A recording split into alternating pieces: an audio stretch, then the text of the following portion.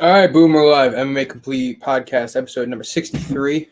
It is September 9th. Fortunately, no fight night this weekend, but there was a good one last weekend.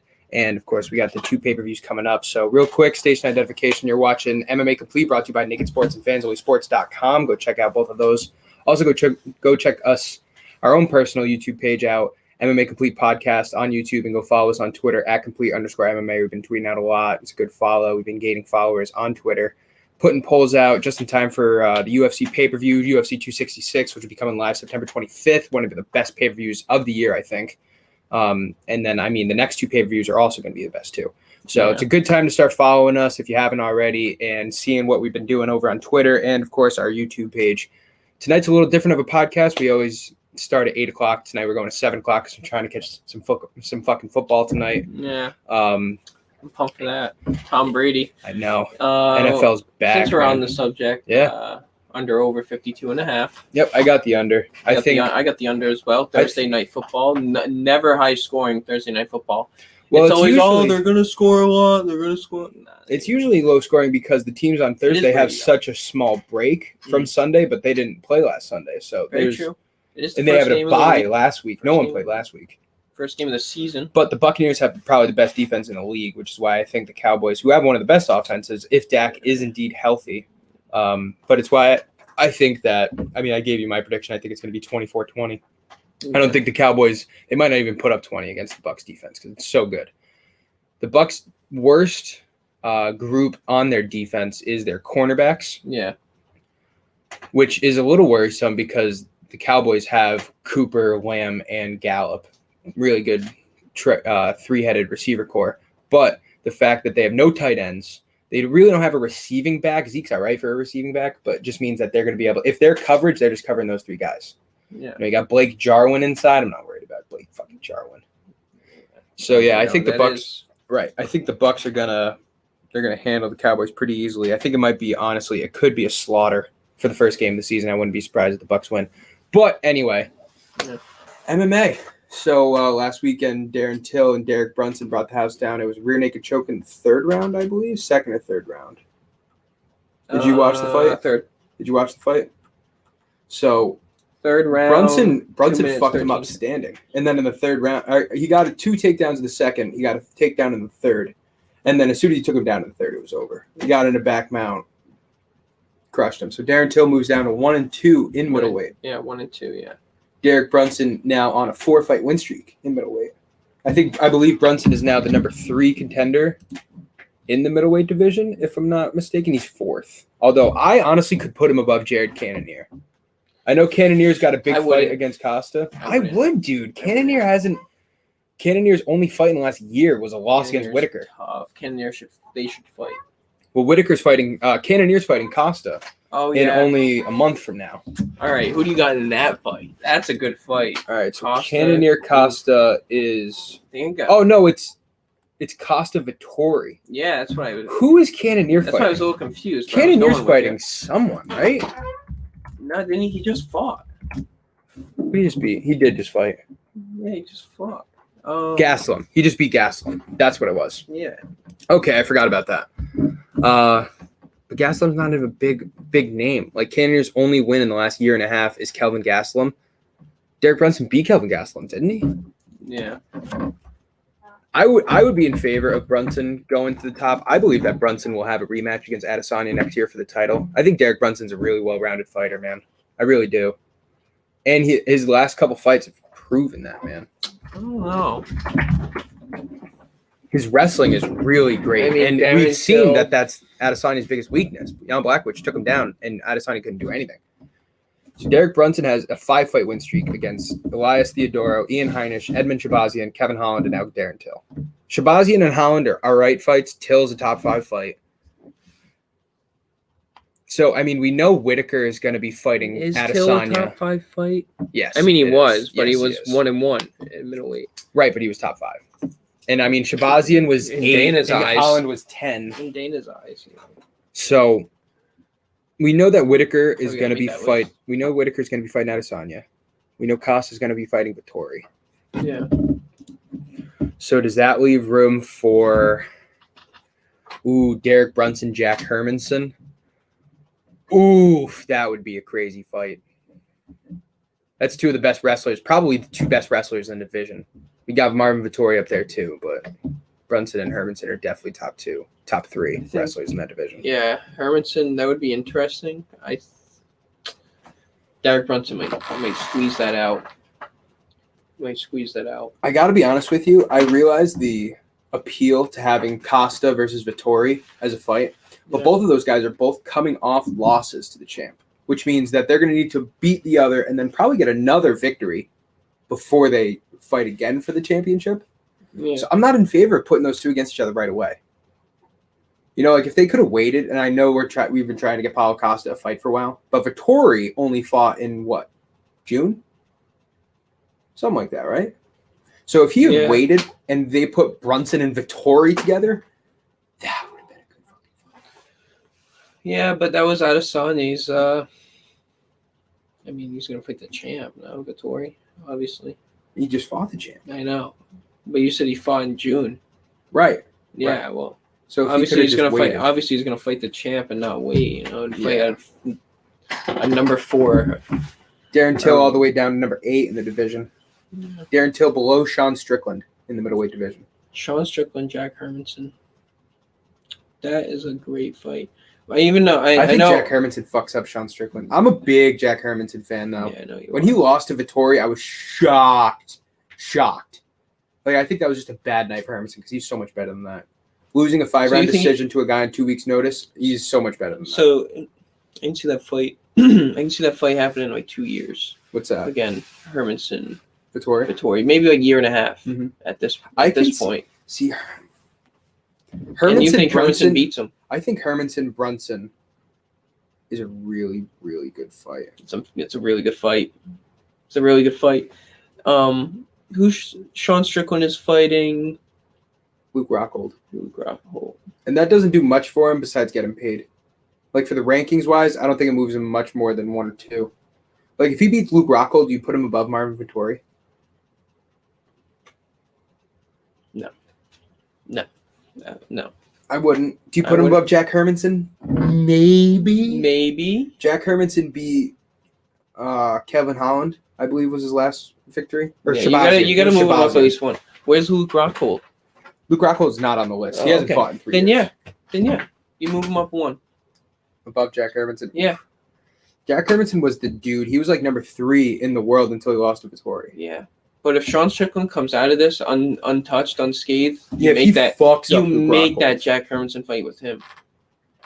Because Sean Strickland will fight in 8 weeks, and Jack Hermanson's definitely ready. I think, I think if Sean Strickland beats Luke Rockhold, you might be able to put him against Jared Cannonier.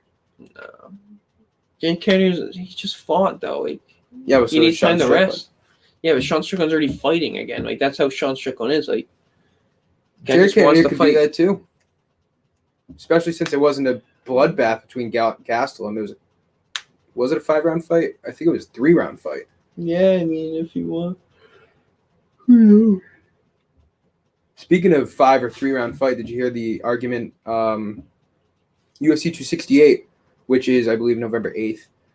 Co-main event is Justin Gaethje, Michael Chandler. We've been talking about that a little bit. We'll be talking about that a lot more. By the way, come check us out for every pay-per-view. We go live 8 p.m. to 1 a.m. for every single UFC pay-per-view, including September 25th, UFC 266, and all the rest. Hopefully not. Co-main event for UFC 268 is Justin Gaethje versus Michael Chandler, and Dana had some backlash against Justin Gaethje because Dana was trying to make it a 5-round fight, and Gaethje said, absolutely not, I'm not doing it. Which it's interesting. I would say that's smart. He's going to get paid the same way. Why go 5 rounds when you could? I mean, the 4th and 5th round is where you're most likely to be injured when you don't have to. I mean, Gaethje Chandler should end before 3 rounds is up anyway. So why make it a 5-round fight when it's of no advantageous to you? It's just a bigger booking strategy for the UFC. I get it. Very smart. I never even thought about it like that. I get it. You're just getting, you're not getting paid more for those 2 rounds. Right. And both of these guys know what their style is. Gaethje certainly is not a decision fighter. Chandler, we haven't seen him go to a decision yet. And I mean, it doesn't seem like, and we didn't see a lot of that in Strikeforce or Bellator. I think that fight ends. I've been calling this fight out for a while. I think that fight ends in like 2nd or 3rd round anyway. Who the fuck wins this fight? You know I got Gaethje. Listen, man, Justin Gaethje too. I got Gaethje too, just because it's the UFC, man. Like, Justin Gaethje obviously lost to Khabib. He got knocked out by Oliveira. Who do you think punches harder, Oliveira or Gaethje? I don't think it's harder. I don't think it's harder. I think it's two completely different striking schemes, though, because you got Oliveira, who's a technical striker, who just came out in the second round, and there was a different circumstance. Chandler thought that Oliveira was rocked, and he wasn't. He was rocked. What do you mean? He just came in. He just absolutely came in with reckless abandon. I know. Whereas he got saved by the bell. Whereas he got he did. Whereas he got Gaethje, who will just throw everything he has at you. Gaethje is such a copy in my eyes. I mean, he's not as tall. He doesn't have as big of a length. But to Nate Diaz, like that's Justin Gaethje. Yeah. I don't know. He just puts 50%, 50%, 50%, 50%. Hey, I'm agreeing. I just think that I think Gaethje has more power than Oliveira, and look what Oliveira did. I wonder if Chandler tries to take down Gaethje because he saw how big. And I know it's a terrible comparison, but we saw how easy Khabib had it on the ground with Gaethje. So I wonder if Chandler takes him down. That would be very interesting because we saw Oliveira take down Chandler, get him in a rear naked in the first 2 minutes of their fight. Yeah, and then Chandler got right out of it and ground and pounded the shit out of Oliveira.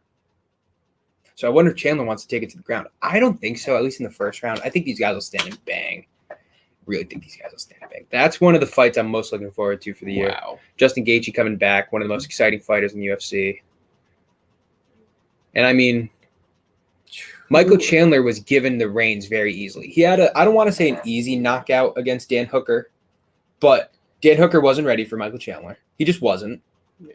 And then he goes against Charles Oliveira, who he shouldn't have fought for the belt that early. And he's fighting a guy who's not a striker. And he almost wins, but he just gets out of it. So he still looks really good. And now he's fighting a guy who he should be fighting for the first time, I believe. That dude. So this is a really good test for Michael Chandler. And we know that Gaethje only has like 2 or 3 fights left. He said it. He's only fighting 2 or 3 more times. He's out. Yeah. Gaethje's still 31 years old, still in his prime. We'll see about that. He might be a coach or something. That's super interesting fight, man. Yeah, I don't know who wins that fight. UFC 268, by the way. Let's go with Gaethje. It's not the co-main event anymore, actually, because we didn't talk about it last week, but Rose Namajunas Weili Zhang 2 is now booked for UFC 268. That's sick. That's the co-main event. So what's interesting about that, what's really interesting about that is Trevor Whitman, the legendary coach out of Colorado, striking coach, will be in the corner for the last 3 fights of all those fights. Gaethje, Rose Namajunas, Kamaru Usman. Back to back to back. Fucking sick. That's kind of crazy. That's awesome. Who do you got? For each of them? Namajunas or Weili Zhang? Listen, I got Rose. I'm just going to say. I picked Weili Zhang the first time. I picked Rose, and I actually got it right. I said by knockout. I picked Weili Zhang. Put a bet on it too, +8. I think so. +8. I'm not saying this makes an excuse for it. I'm just saying what Weili Zhang said. She said that because her fight, I can't remember what fucking pay-per-view it was though. What pay-per-view was that? Rose and Zhang #1. I don't know. Is that like 263? One of those. It was the first pay-per-view that fans were back. Yeah. And she said it threw her off. I don't know how much you could put into that because her last fight against Joanna Jędrzejczyk in 2020, that was the fight of the year. It was the fight of the year. Was with fans. It was the last pay-per-view before Corona. So it's not like she had a fight in between that there was no fans that it fucked her up, but she just said that the fans being back fucked her up. I am going to take Weili Zhang right now. I'm not taking her yet. I'm not confirming it, putting my stamp, betting on her yet. But for right now, I'm going to say I think Weili Zhang can beat Rose Namajunas. I'm going to go with Thug Rose because when you see these opponents, the opponent that wins the second time, is the one that usually wins for the rest. Mm-hmm. You know what I mean? So like look at Poirier, McGregor. Nate Diaz won the second time. First time, I mean. Conor won the second. Sorry. Look at George St. Pierre against Matt Hughes. Yeah, I mean Look at Stipe against Daniel Cormier. Yeah, it always happens. It always happens. So I'm gonna go with Rose. So you think Rose wins the first two, and Wiley Zhang's just out?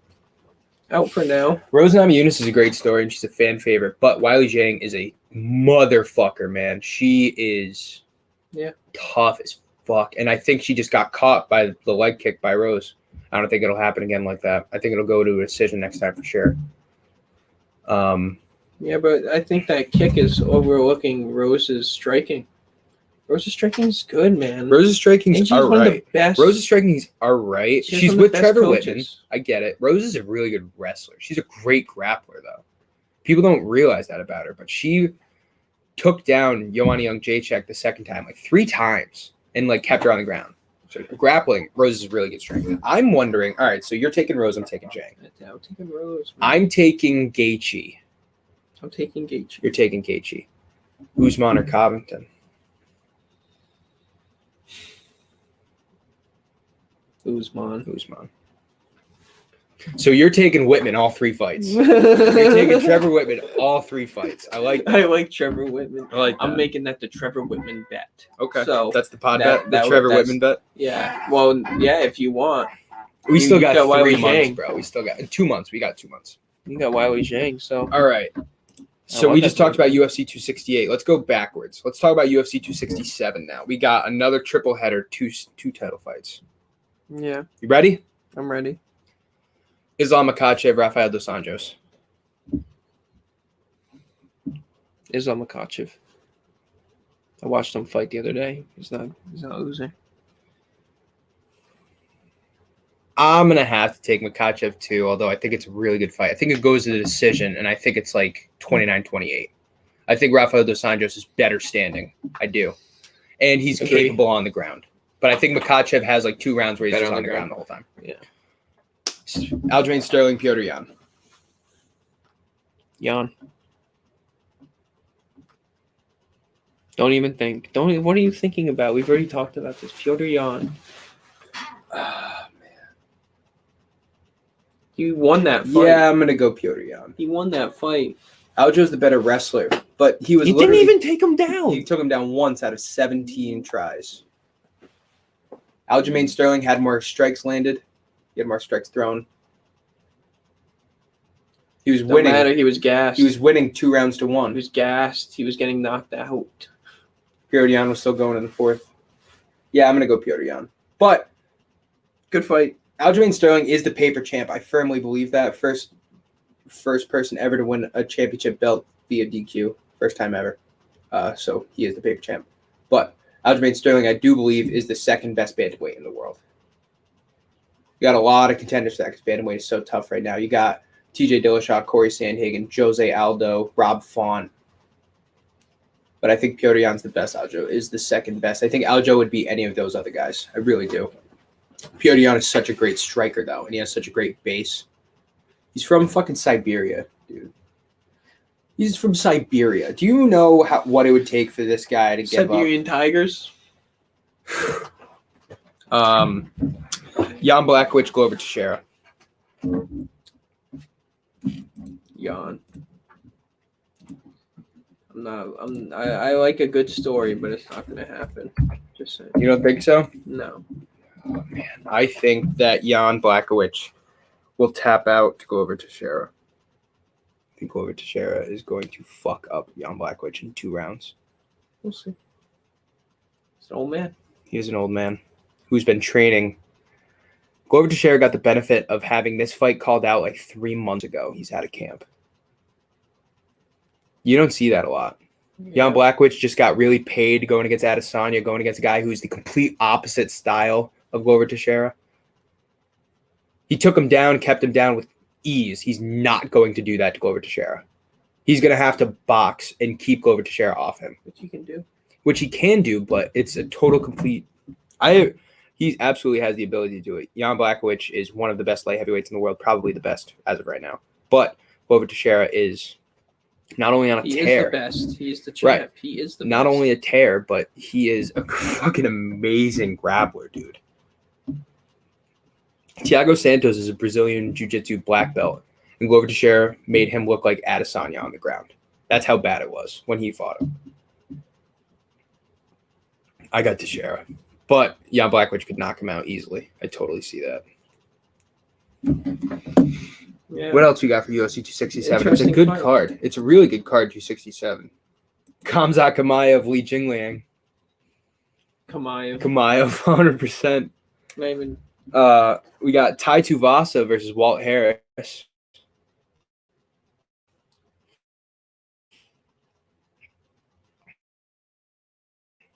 I think I got Tai Tuivasa. I'm just thinking, Tai Tuivasa was on his last fight on his contract, and he was about to get cut, and now he's won 3 hits in a row. Mm-hmm. He's still young, too. He's like 29. Harris is good, man. It's a tough one. It is a tough one. And I've chose Tai Tuivasa in all 3 of his last fights, so I'm not against the guy at all. But Walt Harris is not no joke.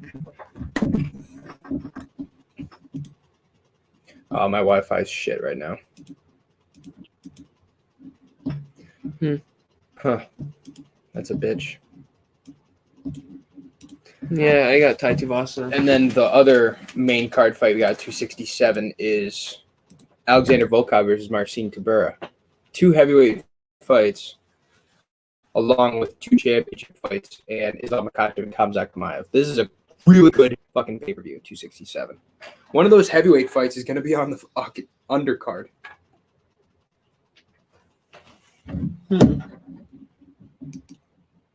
Chimaev.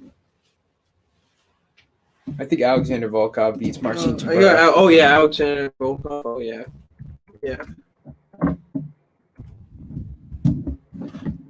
I agree. All right, we're going to take a quick commercial break. We'll be right back. Still talking about UFC 267, and we are going to be talking about UFC 266. We're also going to be talking about Anthony Smith versus Ryan Spann, which was the fight night for next week because there is no fight night this week. We'll be right back. Thank you for watching.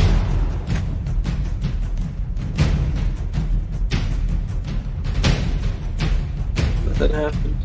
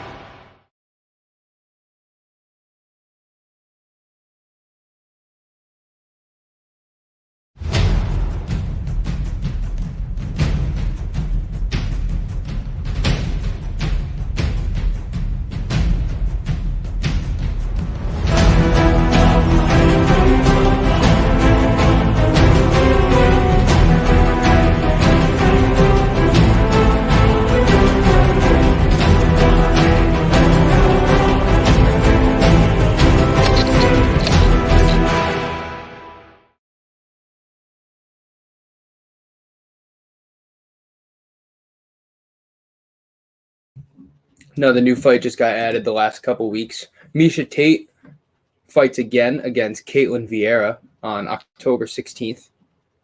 Miesha Tate just recently coming back out of retirement. Fought, I can't remember who the girl she fought was. Won in her debut or second debut, we can call it. So she's fighting October 16th. That's a good little fight night main event For Holly Holm, right? She's fighting Caitlin Vieira. Okay. That's who she fought. No, she didn't fight Holly Holm the last time. I can't remember who she fought. She fought a girl who was on her last fight ever. Oh, yeah. Marlon Rennell. That's who it was. That was an easy one. So let's finish up talking about UFC 267 first. So UFC 267, we talked about the big fights so far. Any new fights added? Yeah, they don't even have all these fights already down. So Ankalaev versus Ozdemir. That's a good fight. Magomed Ankalaev versus Volkan Ozdemir. Volkan Ozdemir hasn't fought in a while. I was wondering where he's been. That's a really good prelim fight, if nothing else. This fight, this card's going to be so stacked. 268. This is 267. Oh, okay. They also got Shamil Gamsatov, who is a light heavyweight that only made his debut 2 fights ago. He's 14-0 though, going against Michael Alexashuk. I believe Alexashuk is still in the top 15 of the rankings. Is that right? Light heavyweight rankings. Alexashuk just fell out. He was in for the longest time though, so that's a good fight for the prelims as well. UFC 267 really coming together. Any other fights we're missing? Misha Serkinov versus Krzysztof Jotko, fighting in the co-main event of Thiago Santos, Johnny Walker, which will be October 2nd. That's a really, really big fight. Jamie Malarkey fighting as well on that card. I like Jamie Malarkey. Bunch of malarkey. Johnny Walker's going to have a 6-inch reach advantage against Thiago Santos. I like Johnny Walker. 6'5" against 6'2". Johnny Walker's the man. Or at least he was until Corey Anderson finished him. I like Johnny Walker's 6-inch reach advantage. It's huge. Especially like for his style. One of the best kickboxers in the UFC right now. Yeah, he's no joke. Thiago Santos is definitely on his way out. It sucks to see because he had such a great fight against John Jones, but he tore his ACL, MCL, and PCL against John Jones, and since then hasn't been able to buy a victory. Crazy. That is crazy. He had a split decision against John Jones in that shit. And we don't even have October listings yet on the RA Sportsbook. UFC 266 is so stacked that Dan Hooker is fighting at like 8:30. Yeah, but he's not really a big sell. He isn't. He's kind of a big sell. No. Might be. He's top 10 in the lightweight division. I mean, he is top 10. Yeah. He is top 10. I think to MMA fans he's a big sell, but like he's not a big sell anywhere else. That I definitely agree with you. Like if he was to fight in the PFL, you gonna go watch him over there? I think he would be probably the best lightweight in the PFL. Yeah. Probably. He's at least one of the best striking lightweights. All this talk about Rose Namajunas and Wiley Zhang makes me wonder when Joanna's going to come back, man. Joanna's one of the most, if not the most exciting women behind like Shevchenko in the UFC. And she hasn't fought in over a year and a half. Crazy. I thought Joanna would fight Rose for the title next because they have such a rivalry. That's why Rose is going to win again, and then they're going to fight, and it's going to be even a bigger sell because Rose is a big name, dude. Yeah. Somehow, she's a big name. Carla Esparza is up there, too, after she beat Yan Jianan, though.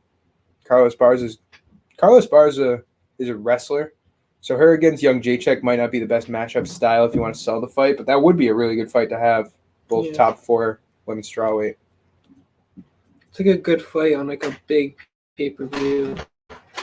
Get their names out there. All right. Any big news in MMA? Daniel Cormier. Yep. I'm gonna go ahead with that. You know more about that than me. I didn't even know what the movie was. I didn't even know. All right, so Warrior, is that what Warrior, it is? One of the best mixed martial arts movies ever. If you've never watched it, you absolutely should. You would love this movie. It stars Tom Hardy. Cool. You know who Tom Hardy is? Yeah, I know Tom Hardy. Yeah. Tom Hardy is all right, so the movie's about 2 brothers. One of them kind of like lived the easy life. He like stayed at home his whole life, married young, is a teacher. And the other guy like moved away with his dad when he was young, went to the army, got kicked out of the army, lives like homeless almost. But they're both really good mixed martial artists. Okay. And then a billionaire makes up this middleweight tournament. Like he's going to find out. He just puts on his own tournament. He's like, I want to find out who the toughest guy in the world is. Okay. And both of these guys were not supposed to enter, but either someone in their gym got hurt or the guy that was homeless knocked out a guy who was in the tournament. And so they both got added to the tournament. Brothers? Brothers. I think I've seen the end of this movie. And they both make it to the final, where just as it gets to the final, it comes out like, oh, these 2 are fucking brothers. Military guy, right? Yes. Yeah, okay, I've seen this. It's a really, really great movie. And they actually show the fights in the movie. Like, there's good fight scenes that are honestly, Kurt Angle is? He's like a wrestler, WWE guy. This is also based off a true story? No, not really. I mean, it's based off Ultimate Fighter 1. Like, that's the only thing you could ever compare it to. Yeah, like a pride fight back in the day. I do know who Kurt Angle is. He's in, it's a really great movie. And I don't know what cable network station is going to be doing it, but they are making a spin-off TV show off this movie Warrior. And Daniel Cormier will be the star of that TV show. That got announced today, which I think is pretty cool. I would have liked to see, because Warrior, both of these guys, they're kind of known, but this was early in Tom Hardy's career, so he wasn't like a big actor like he is now. So they were like kind of no names, which makes it even better because makes it even better now. You don't know that these guys are like the shit. Whereas Daniel Cormier is going to star in this, he's going to be like the best guy. We know that now. Yeah, no, it's not like Daniel Cormier is going to fucking. He has no acting experience, but I mean, it's going to be interesting. Right. So that's interesting. I'm sure I'll watch it, but I said that about The Ultimate Fighter too, and I didn't even watch that shit. Yeah. So who knows? Yeah, this is gonna be a show. What channel? What cable? I don't know. I tried looking that up earlier, but Cormier. What is it, like a series on Netflix or something? Friday Night Lights is back on Netflix. Everybody. So. Is it? Yeah. Start watching that.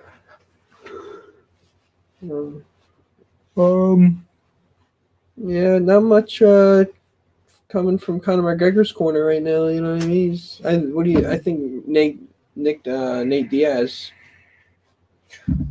Tyson Fury came out and was talking a lot of shit the last couple days. Yeah, he likes the YouTube fights. Tyson Fury said that he's going to fight Deontay Wilder on October 9th. Then he's going to go fight in England, which is his home country, for the first time in years.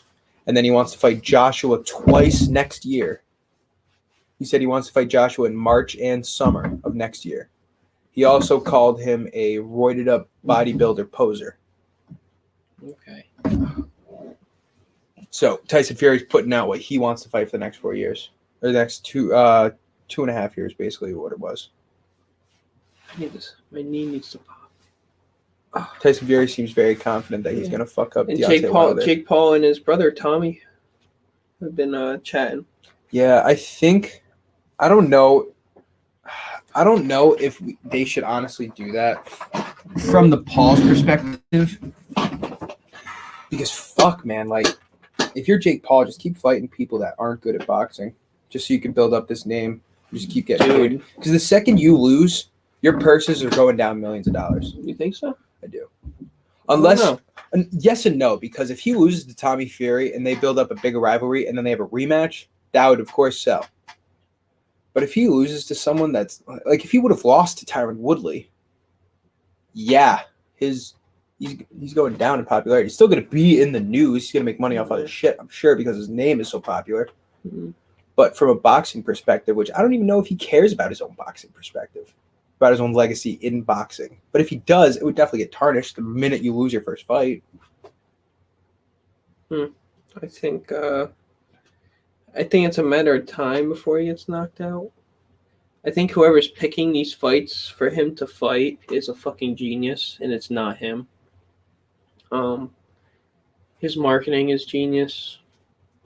He sold millions of dollars in Gotcha Hat merch. Sold out in like 15 minutes. He's smart. But he's going to get knocked out. As soon as he fights like a legitimate boxer, which he's going to have to fight sooner or later. Maybe he doesn't even have to. He doesn't even fucking have to. Like Floyd Mayweather fought Logan Paul for $100 million. Like, you don't have to. Do you think the Paul brothers will ever box each other? No.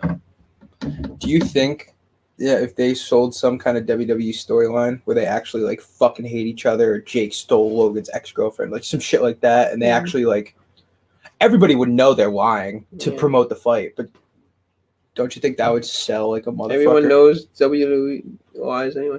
So that would sell. It would be, if they went to WWE, that would be epic. Gable Stevenson. I think it's Gable Stevenson. I think is now in WWE. Brock Lesnar, alma mater mate. Both went to the University of Minnesota. Both Olympic wrestlers. Brock never placed. Gable Stevenson, gold medalist. Both collegiate won wrestlers. Actors, Jesus. Hey, look at The Rock, man. The Rock didn't even wrestle until Rock was a football player at the University of Miami. Okay. The Rock has a national championship from the University of Miami. Did you know that? That's awesome. Swear to God, he was a defensive tackle. How funny is that shit? Wow. Yeah, I've seen like his he has like college football cards out there. Yeah, I'm sure he does. Yeah, it's pretty cool, honestly. Get that autographed. I think, man. Francis Ngannou, man. Who's going to beat? John Jones. John Jones is going to beat Francis Ngannou. That's what I think. You don't think Ciryl Gane's gonna beat him? Man. Ciryl Gane's the fucking favorite. That's what blows my mind. He has the perfect style, though. He has the perfect style. Listen, as the minute Ngannou tries to throw haymakers, Ciryl Gane's going to back up, just like he did Derek Lewis. He's going to throw leg kicks. You know, if Ciryl Gane wants to take him to the ground, he's going to. I think that Ciryl Gane has a chance, but I think Ngannou will knock out Ciryl Gane. And I don't think he will knock out John Jones. That's what I think. I think John Jones is a warrior, and I'm sure Ciryl Gane is too, but he's not on the level of John Jones, man.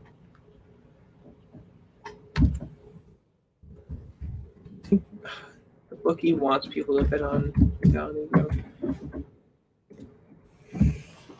Damn, that's tough, man. It is tough, but at the same time, like if you're betting style, you go Gane, which it makes sense. It's MMA.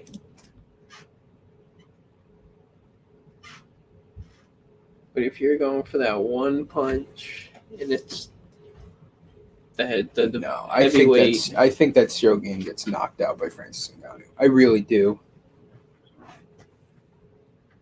He's only fought 10 times in the UFC, or he's only fought like 4 times in the UFC, 10 times altogether. He's 10-0. He's never been in the ring with someone like Ngannou. You can say whatever you want about Derek Lewis. You can say whatever you want. Derek Lewis, yeah. Like, he's fought Jairzinho Rozenstruik and Derek Lewis. Both really great fighters, but not cardio guys, not wrestlers. And Ngannou has definitely become a cardio guy, and his wrestling's improved. And he's a better striker than either one of them. He's going from checkers to chess. He's going from checkers to chess. Yeah, and he could make the jump. If anyone could do it from someone inexperienced, Ciryl Gane's one of those guys. Better bet the deed on him. On Gane? No. Got it. Dude, I would too. I think by the time the fight comes out, even if Gane comes out as the favorite, which I don't know if he really will, I think it's going to be like -115 to -105. I honestly think that's how it starts. Maybe Gane's the favorite, and then I think it evens out, and Ngannou becomes a little bit of the favorite. It's recency bias. I think that's all it is. Ciryl Gane just absolutely mopped the floor with Derek Lewis, who honestly is overrated anyway. It is recency biased, 100% is, but it's also name biased. What do you mean? Ngannou. Right, but if it was name biased, then Ngannou would be the easy favorite. Ngannou, Gane, 45,000 followers on Twitter. Ngannou, 500,000. Yeah, 60,000.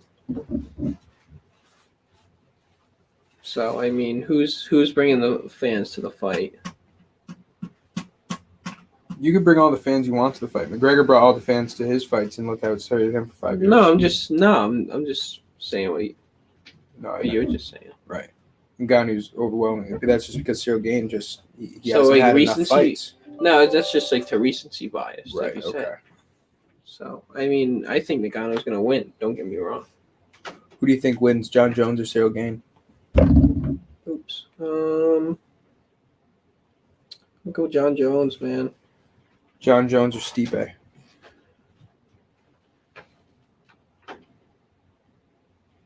John Jones.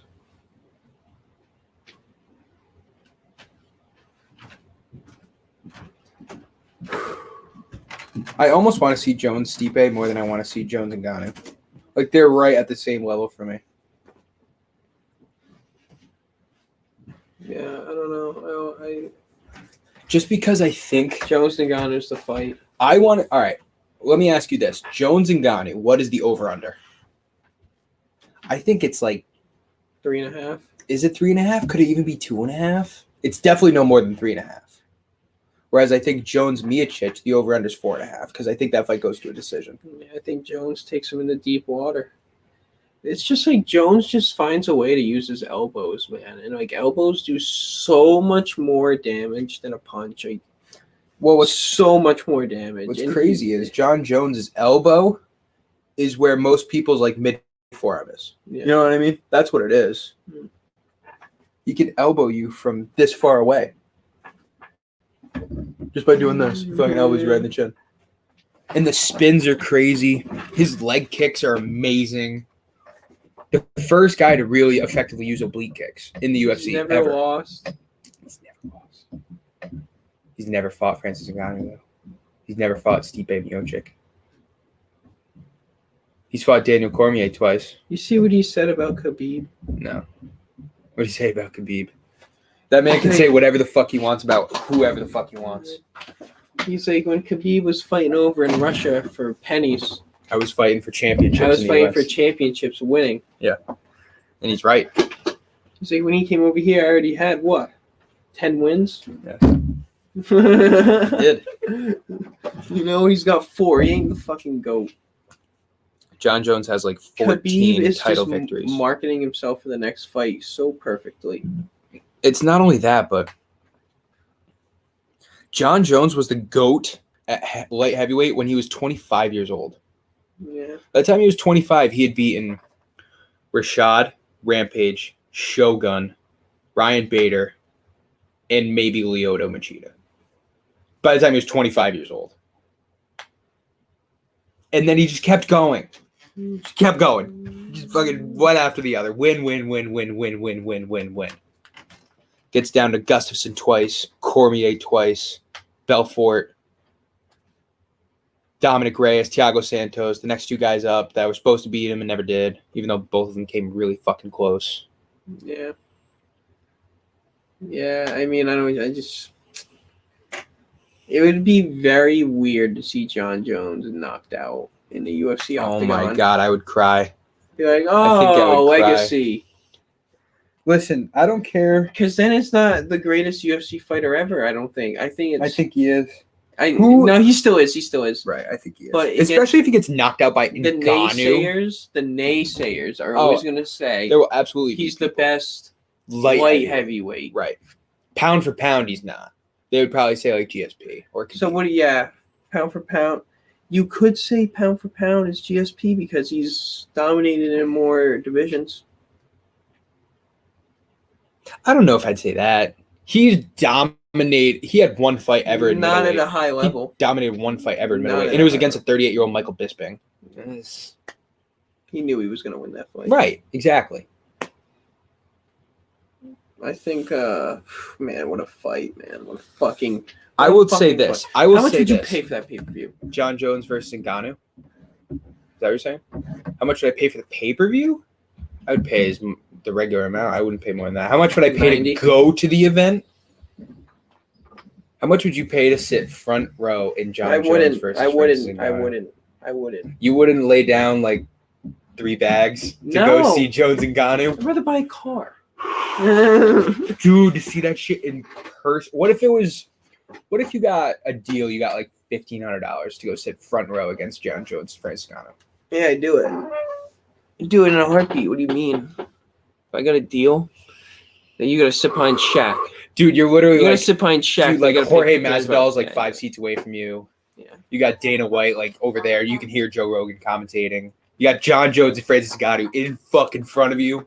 Crowd cheering. Madison Square Garden. Oh, it would be $1,500. It would be so much more than $1,500. But holy shit, that would be an experience. That would be like the greatest night ever. Can you imagine that? Can you imagine? I think you're imagining. Can you imagine Francis Ngannou knocking out John Jones cold in front of you? Like, right here on the cage in front of you. You just. I'd be like, well, night. I'd be like, we gotta. Yeah, I guess it's a long drive home. I know. I'm just gonna say we're definitely driving. Traffic. Definitely driving. Oh my wow. God. That's why you need to keep your car, so you can just take that for whatever. That would be. Like, I would not go to any other sporting events for that entire year if I could go to that. Yeah. Like, I wouldn't go to the Red Sox for multiple years if I could go to that. Nah. I would. Yeah. I would sit out 3 years of the Red Sox to be able to go to that. Yeah, we can go to the Red Sox for $90. I don't care. That would be the biggest spectacle I'd ever see. Indy's going to be fun. Yeah, Indy's going to be fun. We're going to take one more commercial break, and then we're going to finish up. We got like 10 minutes left, and then we're going to go catch some football. So you're watching MMA Complete Podcast, brought to you by Fans Only Sports, Naked Sports. Go check us out on YouTube at MMA Complete Podcast, and on Twitter at Complete_MMA. Go give us a follow. We'll be right back.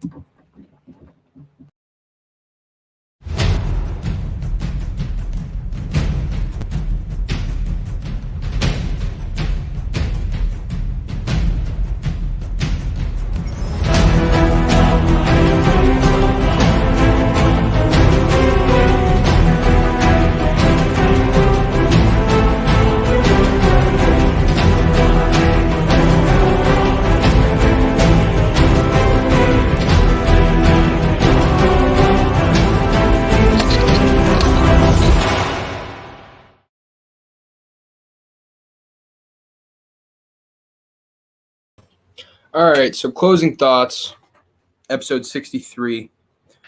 I kind of want to talk about. I got 2 fights I want to talk about. We got Volkanovski Ortega coming up in 3 weeks. That's obviously going to be a huge. It's 2.5 weeks actually. 2 weeks. It's 2 weeks. That's going to be an amazing fight. I really think that's going to be a 5-round barn burner. But we got 2 more weeks to talk about it, and we can talk about it because Mark and Dylan will probably be here next week. So I think we should save that.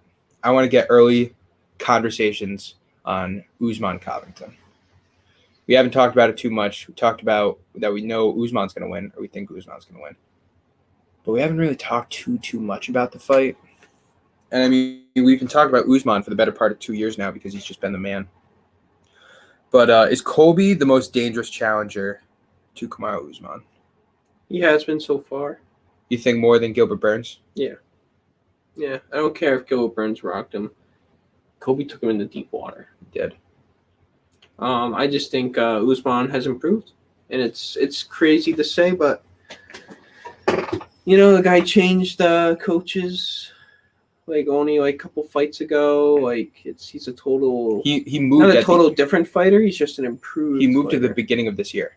Yeah. So I mean, is this his 4th fight this year? 3rd. Burns, Masvidal the 2nd time, Covington 3rd. Okay. Yeah, or Masvidal back to back, right? Yeah, but the first one I believe was October of last year. Yeah. So this is 3rd. Yeah. Okay. Yeah, I think Usman is he's the most active champion. I'll give him that. Yep. I think he's the most active champion because he knows that no one can beat him. Mm-hmm. He's not stupid. He's not going to take a fight that he can lose, and he doesn't think he can lose. Yeah, I think I got Usman, man. You got what? Usman by. You got it by stoppage or TKO. Usman by another TKO. Yeah. If he TKOs, is he not submitting him? Masvidal, or if he TKOs Covington, decision by Masvidal. TKOs Burns, TKOs Masvidal, TKOs Covington. That is quite a fucking. He's gonna knock him. I think he's gonna knock him out cold. Do like you did Masvidal? Yeah. Kobe's never been knocked out. Kobe's only ever loss was against Usman that first time. Jorge was never knocked out either. Right. See how many times he fought. I think he knocks him out, man. I really do. I think Usman wins. I think Colby has the best chance to do it because Colby has the best conditioning in that division. I think that Colby has a better conditioning than Usman. I know that's a big fucking statement to make, but I really do. Because if you go into that 5th round, Colby was more active. He wasn't doing better, but he was more active than Covington with a broken jaw, down 3 rounds to 1. he was more active, which you could say whatever you want about adrenaline. That's what you have to do when you're losing a fight in the 5th round of a title fight. That makes sense. But Colby just kept going. Colby also absolutely demolished Tyron Woodley. And now in hindsight, that's not really a big deal. But he out-wrestled one of the best wrestlers in that division. And he did it flawlessly through 5 rounds, fucking him up the whole time. It's quite convincing. Yeah. And now you go against a guy like Usman, who Covington, the first fight, no takedowns at all. And then you go to Tyron Woodley, where he had like 4 takedowns. Yeah. I don't know. There has to be a point. We've talked about this so many times on the podcast. Usman has no one has attempted to take Usman down in 6 fights. They haven't even attempted to. Masvidal clinched him a bunch of times, but he didn't attempt a single takedown.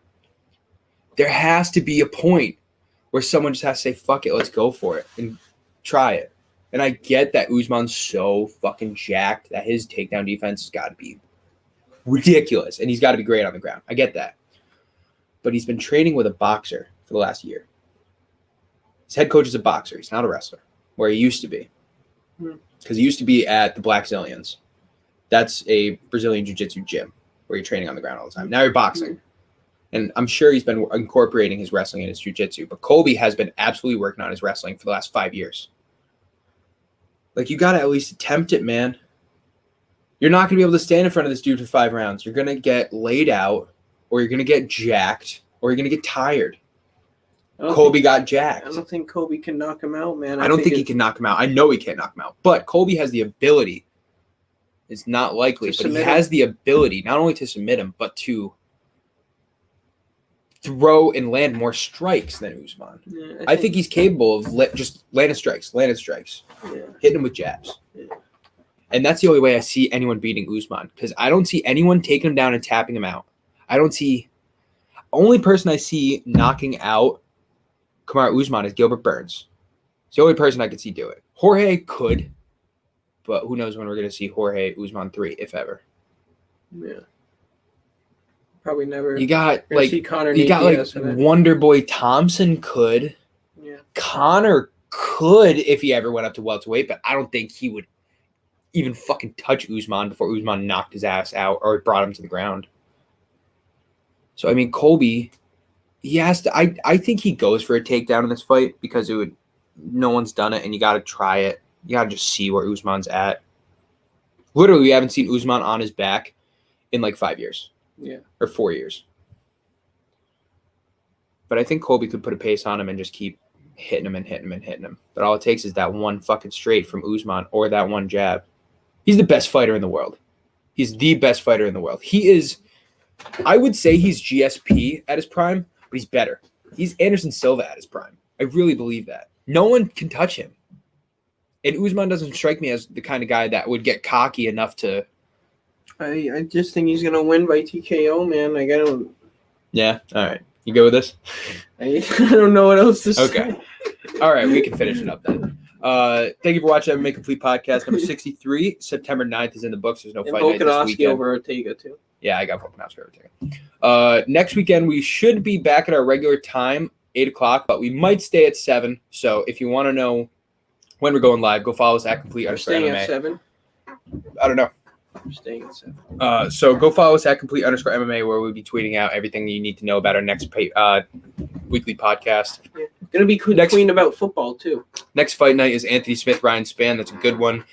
I believe Ion Cutelaba is on the co-main event, so there's a couple decent fights on that. UFC 266 is on September 25th. That's Volkanovski Ortega. That is... What's the fucking co-main event?